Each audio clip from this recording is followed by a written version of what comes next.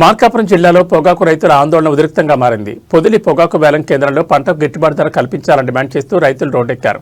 400కు పైగా పొగాకు బేళ్లను వేలానికి తీసుకొచ్చినా కేవలం 20 బేళ్లను మాత్రమే కొనుగోలు చేయడంతో ఆగ్రహించిన రైతులు వేలం ప్రక్రియను నిలిపివేసి ఒంగోలు కర్నూలు జాతీయ రహదారిపై రాస్తారోకో నిర్వహించారు. ఈ క్రమంలో అటుగా వెళ్తున్న ఎస్పీ కాన్వాయ్ను అడ్డుకునే ప్రయత్నం చేయగా పోలీసులు జోక్యం చేసుకుని రైతులకు నచ్చజెప్పడంతో ఆందోళన విరమించారు. దీంతో కొంతసేపు జాతీయ రహదారిపై ట్రాఫిక్ తీవ్ర అంతరాయం ఏర్పడింది. 36,000 ఉండేది ఈ సంవత్సరం 16,000 నుంచి 25 లోపే. అది ఎక్కడ కూడా ఆ రేట్లకు కూడా పొగాకునే పరిస్థితి లేదు. మొత్తము నోబిడ్ల శాతం ఎక్కువ ఉంది. మొత్తము కనీసం 75% నోబిడ్ శాతం ఎక్కువ ఉంది. అవి కూడా కొనడంలే. కనీసం రైతు ఇక్కడ పెట్టుకోవడానికి ఒక గోడౌన్ లేదు.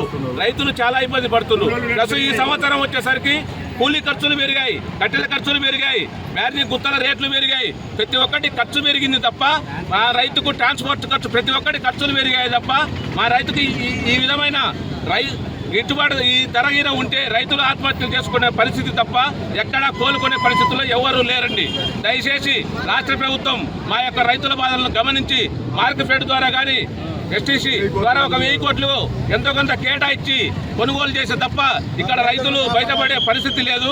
దయచేసి రాష్ట్ర ప్రభుత్వం ఆదుకోవాలని మరీ ముఖ్యంగా మా రైతుల తరఫున డిమాండ్ చేస్తున్నాం.